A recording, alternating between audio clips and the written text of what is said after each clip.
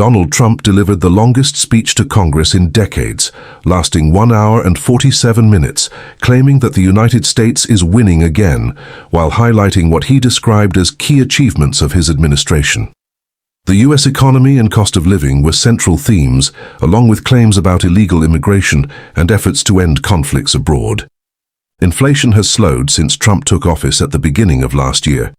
The annual inflation rate stood at 2.4% in January 2026, compared with 3% during the final year of Joe Biden's presidency. Prices had surged earlier, peaking at 9.1% in June 2022, following Vladimir Putin's full-scale invasion of Ukraine, which triggered global inflationary pressures. The president stated that food prices, including beef, were falling. While beef prices declined slightly last month, they were still 15% higher compared to January 2025. Egg prices, however, dropped by 34% over the past year. Overall grocery prices rose 2.1% year-on-year as of January 2026.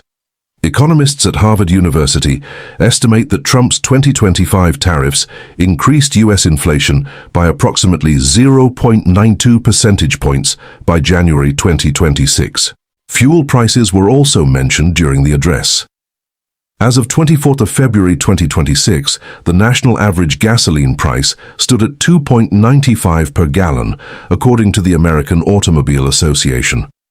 The lowest statewide average was in Oklahoma at $2.37 per gallon.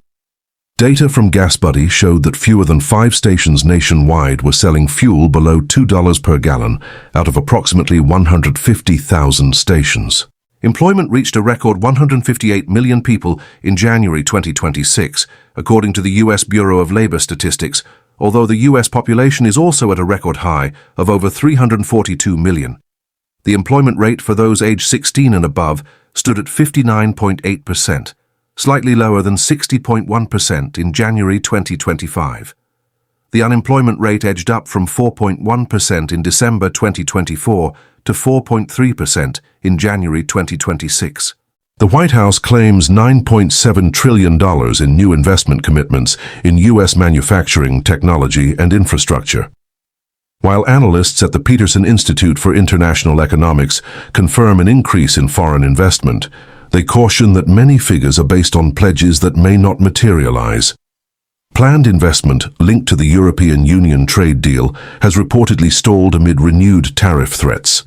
Finally, Trump repeated claims about widespread voter fraud and urged lawmakers to impose stricter voter ID laws. However, available evidence does not support claims of large-scale fraud.